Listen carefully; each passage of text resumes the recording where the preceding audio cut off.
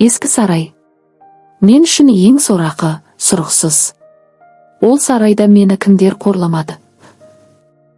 Әлі күнге дейін сол бір сарайды көрсем жүрегім дір етіп, өткен күнгі балалық шағымның қорланғаны есіме түссе өксігімді баса алмаймын. Небәрі жасым 6 жаста еді. Анам мен әкем ажырасып, ана деген аттан садаға кеткір әйел мені бір еркек үшін тастап кетті. Сондағы түрім ұсқынсыз болғаным үшін. Маскүнем әкемнен әлде басқадан жүкті болған анамның жүзі сондай сұлу еді. Өзбек қаны аралас болғандықтан қою қара қасы мен ботадай жәудіреген көздері әлі күнге дейін есімде. Әкемнен ажырасып бизнесмен еркектің етегінен ұстаған анам мені де ертіп барған. Бәрі есімді. Әлгі еркек мені көре сала: "Мынау точно сенің қызың ба? Неткен сүйкімсіз, ұсқынсыз балаңның көзін құрт, егер менімен тұрғың келсе", деп қарқылдай күлді. Қорыққан мен анамның көйлегін кішкентай қолдарымен қысып артына тығыла түстім. Көзін құрт деген сөзінен қорқып барамын. Ішінен шыққан мен байғұсты анам қорғайды деп ойласам керек. Әшейінде әкемді төмпештеп ұрып, түгін қоймай ұрсатын анам, әлгі еркектің алдында сүмірейіп: "Бұл жалмауыздан ертең ақ құтыламын. Бүгін таксиге мініп ауылға апарып тастаймын" дегенде жылап жібердім. "Мама, мен тастап кетпеші" деп мұрным қорсылдап, айтқан сөздерім ашы өксіктен дірілдеп шығып жатыр. Мені тыңдайтын анам ба? "Өшір үніңді. Жылауыңды доғар, әйтпесе буындырып өлтіремін" деп шымшып жібергені бар. Мені сүйрелей такси ұстап 2 сағатта ауылда жеттік. Нағашымның ауылы екен. Негізі мені әкеме тастамады. Оларда мені қуып шыққан әкемнің туыстары мені. Мына сорлыны көшеден әркіммен жатып көтерген баласы. Түрі мүлдем біздің әулетке ұқсамайды деп үйге келген сайын әжем бетіме ойып тұрып айтады. Сол үшінде әкем сорлы арақ ішіп қоқаңдайды. Содан екеуі ит пен мысық секілді ұрсып, соңы ажырасумен, ал мен тірі жетім болдым. Нағашы ағамның қолына тастаған анам менен құтылғанша асықты. Бәлкім артық сұрақтардан қашты. Әлуде ағасының мінезінен қорықты мекен, әйтеуір жеңгесінің. Ет салып қойдым. Отыр сөйлесейік дегенде тыңдамай, бізді келген таксимен кете барды. Менің жылағаным анама әсер етпейді. Жеңгем ғана жұбатып әлек. Ағам мен жеңгемнің отбасы да анау айтқандай керемет емес. Менен бөлек балалары бар. Бірақ есейіп сыртқа жұмысқа кеткен. Анамның ағасы ішкілікке біршама жақын. Ішіп алса жеңгемді оңдырмай ұрады. Байғұс жеңгемнің жейтіні таяқ. Әйтеуір беті аузы ісіп көгеріп жүреді. Мені қорғайтын осы жеңгем. Мен үшін де таяқтың астына қалады. Ішпегенде ағам: "Ана Жалептің пәленшесі қайда? Өлтіріп тастайын. Ол да ертең Жалеп болады" деп аюдай ақырады. Ол сөзді үнемі естіген мен өлердей қорқып дыбысымды білдірмей жылайтынмын. Сондай отбасыда өмір сүріп жүргенде сырттағы ағаларым үйленді. Енді ағам қорғайды деп қуанып жүргенде қуанышымыз ұзаққа бармады. Маскүнем әкесінен ұяладымыз. Алған әйелі бар жердің қызы болып, ауылға аяқ басқан емес. Ауылға келіп енесіне бір сәлемін салмаған келініне қатты ренжеді. Ағам анасын қалаға кең сарайына әкетуге келгенде бармады. Көк бет келіннің күні болғанша алқаш байдан таяқ жеп жүре берейін деп көнбей қойды. Арағына ақша табу үшін нағашы ағам 1 айлық жұмысқа кетіп жүрді. Енді ғана тыныштық орнап, жеңгемде сәл еңсесін көтеріп ауылдағы клубқа еден жуушы болып тұра бастады. Бір күні қалаға жұмысқа кеткен нағашы ағам 2-ші қатынды ертіп келді. Арағына қойып тоқал алған түрі. Бірақ тоқалы: сен маған кең сарайдай үйім бар дегенің қайда?"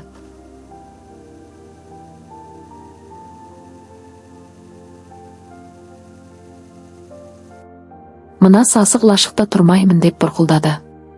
Бұл албастыға сасық лашықты да қимайтынымызды ол сорлы білсе ғой. Сонымен 2 көзі тоқалдан басқаны көрмейтін нағашы ағам үйді сатып жіберіп, нағашы ағамның бәйбішесі екеуміз далада қалдық. Нағашы ағамның ұлы қаладан анасын алып кетуге келген. Енді қалада тұрамыз деп бала болсам да қуанып жүрмін.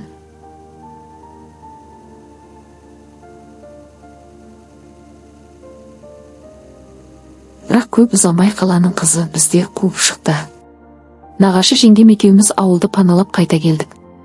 Ауылда алыс туыстың құлайын деп тұрған тоқал үйінде паналады. Туыстарымыздың менімен жасты 2-3 жас үлкен қыздары бар. Ол үйде ұл баласы мүлдем жоқ. Бірақ мен сол қыздардан әбден қорландым. Ескі сарай. Біз тұрып жатқан тоқалы үй. Нағашы жеңгем тамақ табу үшін әркімнің үйін ақтайды. Той болса ыдыс жуатын жұмыс жасап, мен байғұсты тамаққа тойдырады. Негізі туыстарым нағашы жеңгеме: мына бейбақты шешесіне бер, болмаса балалар үйіне бер, өзің біреудің етегін ұста, деп талай рет айтты. Нағашы жеңгемнің қызы жоқ. Сол үшін де мені жақсы көреді. Ана мектепке баратында келіп құжаттарында реттестіріп кетті. Одан кеш көрген емеспін. Ең сорақысы, нағашы жеңгем үйде жиі болмайтынын білетін туысқан қыздар біздің үйде ойнаймыз деп үшеуі келеді. Келгенде мені қорлау үшін келеді. Қолымды орамалмен байлап, аузыма носки тығып бұтымды шешіп тастайды. Бұны менен 5 жас үлкен қыздың істеп жүргені. Айтсам сенбейсіздер ғой. Сол қыз еркек секілді менің үстіме шығып алып үйкеліс жасап мәз. Ешкімге айтушы болмаңдар, менен таяқ жейсіңдер деп қатаң ескертті. Мені босатқан сәтте жеңшеме айтамын деп жылап қоя бердім. Ол қыз шашымнан сүйреп еденге итеріп жіберді. Сосын сіріңкені жағып жамбасымды күйдіріп: осындан айтатын болсаң, сені осы үйдің сыртынан от жағып өртеп жіберемін, ешкім білмей қалады. Ол қыз сондай сұсты. Одан бәрі қорқады. Мен солай ол бір есерсоқ қыздың айтқанынан шықпай, тіпті үйреніп кеттім. Мен бойжеткен кезімде өте ұсқынсыз болдым. Айналамның бәрі мені жақтырмайды. Кластастарым қатарына қоспай. Түрім еркекке ұқсайды, тек әлгі туыс қыз ғана мені жақсы көреді. Жақсы көрмей қайтсын, қалағанын жасап беремін. Респей болдық. Ол қыз сыртқа оқуға кетсе де мені сағынып тұрады. Келгенде неше түрлі эротика дискі келіп мені үйретті. Десе де мектепке өте білімді болдым. Тұйық әрі барлық пәнді шешіңкідей шағып, олимпиадада бас жүлдесіз қайтпайтынмын. Мектепте белсенді болсам да ешқандай досым, сырласым жоқ. Оқудан келген туысыма тек ләззат керек. Бұлай сырласып көрмедік.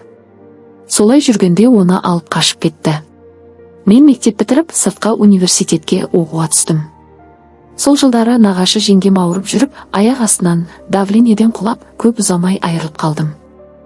Анамның орнына ана болған жанда мені тастап кетті. Жаным қатты күйзеліске түсіп, шылым шегуді үйреніп, сыра ішуді үйреніп алдым. Қайтейін, енді жалғыздық шаршатып жіберді. Стипендияның жартысына бір бөлмелі тар пәтерде жалғыз тұрып жаттым. Сұқынсыз келбетте болған маған ешкімде қарамайды. Солай жүргенде оқуды бітіріп, жұмысқа орналастым. Бірақ жұмысым үнемі жол үстінде, командировкада жүремін. Бірде жұмыстарымды ерте бітіргендіктен қонақ үйге барып, босқа жатқанша ертерек қайта берейін деп пойызға билет алуға тура келді. Солайша сөмкемді жинап вокзалға шығып кеттім. Билет алу оңай болғанымен біздің пойыздардың жағдайы мүлдем есімнен шығып кетіпті. Адамлық толы. Купеге билет алғаным қандай жақсы болған. Пойыз орнынан жылжуымен мен орныма орналасқым келмеді. Сөйтіп дәлізде ары-бері сандырақтап жүріп алдым. Сол арада жанымнан өтіп жатқан жұп вагон ресторанға барып тамақтану жайында сөз естіп қалдым. Осы уақытқа дейін пойыздарда ресторанның болатынын еш білмеппін. Шайқалған пойызда әр қадамында абайлап басып, вагон ресторанға да жетіп алдым да бос тұрған үстелге отыра кеттім. Сэндвич пен ішімдік алып айналамдағы адамдарға қарай бастадым. Қарсы беттегі орта жастардағы жұпқа көзім шалды. Ер кісі маған теріс қарап, ал келіншек болса маған оң қарап отырған. Алдарында сыра мен чечил болатын. Алдымен әйелдің қолаң шаштары, сүйкімді жүзі, жылтыраған тырнақтарына мән бердім. Бірақ қызығушылығымды жаулап алған үстелдің астынан көрініп тұрған мини юбкасы мен түп-түзу ұзын аяқтары еді. Қанша қарамауға тырыссам да еріксіз көзім түсіп кете береді. Сіздерде де болатын шығар осындай мезеттер, қарамаймын десең де еріксіз қарап қоясың. Осылай өзіммен өзім күресіп отырғанда, әлгі әйелдің менің қарап отырғанымды байқап, маған қарап отыр екен. Ыңғайсызданып көңілімді басқа жаққа аударуға тырыстым. Бірақ көп ұзамай қайта сол аяқтарына оралдым. Отырғанымда әлгі әйел тағы да мені ұрлық үстінде ұстап алды. Ұялғанымнан не істерімді білмей, орнымнан тұруға әрекет жасай бастағанымда, ол әйелдің маған қарап жымиғанын байқадым. Яғни ең болмағанда қате түсінген жоқ деп түсіндім. Бірақ әйелінің жымиғанын осы тұста байқаған ері кері бұрылып маған қарады. Жұрттың көзінше жанжал шығармаса болар еді деп ойланып отырғанда, әлгі ер кісі мейлінше сыпайылық танытып амандасты. Мен де амандастым, басқа қайтемін. Сосын олар өздерінің әңгімесін жалғастыра бастады. Мен екінші сыраны айттырғанда темекімнің таусылғанын байқадым. Ол кезде тамбурда темекі шегуге болатын еді. Сонымен асықпай сырамды ішіп отырып, кезекті станцияға тоқтағанда жүгіріп барып, буфеттен темекімді алып бұрылсам, әлгі еркек жымиып артымда тұр екен.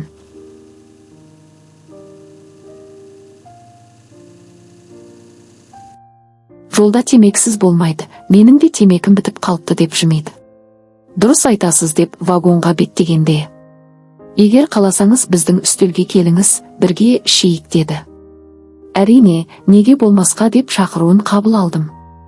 Осылайша танысып тез арада әңгімеміз жараса кетті.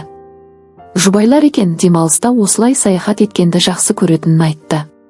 Қалалар, табиғат, ауа райы, жұмыс жайында әңгімелесіп отырып, уақыт өтіп кетіпті. Официант келіп вагон, ресторанның жабылатынын айтып ескерткенде кеш болып қалғанын сонда байқадым. Шынын айтсам, бұл жұптың өмірге көзқарастары, жұмыстың қамымен қысылмай, барлығына жеңіл қарайтыны қатты қызықтырды. Айырылғым келмеген еді. Осыны байқаған келіншек сыра алып біздің жанымызға кел, сонда жалғастырайық деп ұсыныс айтты. Мен ыңғайсыз болар деп тартынып тұрғамын. Жоқ, онсыз да люкс вагондамыз, жанымызда ешкім жоқ деп қолымнан ұстап жетелей кетті. Осылайша жаңа таныстарыммен барып солардың купесінде жалғастырдық. Сыра деп жеңіл қарайтынымыз болмаса, негізі көбірек ішсең әжептәуір мас болып қаласың. Біз де аз ішпеген едік, үшеуміздің де мас болып қалғанымыз байқалады. Мен болсам әлгі әйелдің аяқтарынан көзімді алар емеспін. Мас болғандықтан болар, тесіліп қарап отырмын. Ол болса мұны ашық айтып әзілге айналдырып күлкіге қарық болып отыр. Біраздан кейін ысып кеттім деп шешіне бастады. Менің реакциям жай болып қалған, не болып жатыр деп ойланып отыр. Сол кезде әйелі сен сынған жоқсың ба деп жауабын күтпей күйеуінде шешіндіре бастады. Мұндайды бұрын соңды көрмеген мен бақырайып қарап қалғанмын. Сол тұста әлгі әйел менің қолымнан ұстап, еш қысылма, біз үшін бұл үйреншікті жағдай деп өздеріне тарта бастады. Мастықтан болар, мен еш қарсылық көрсетпедім.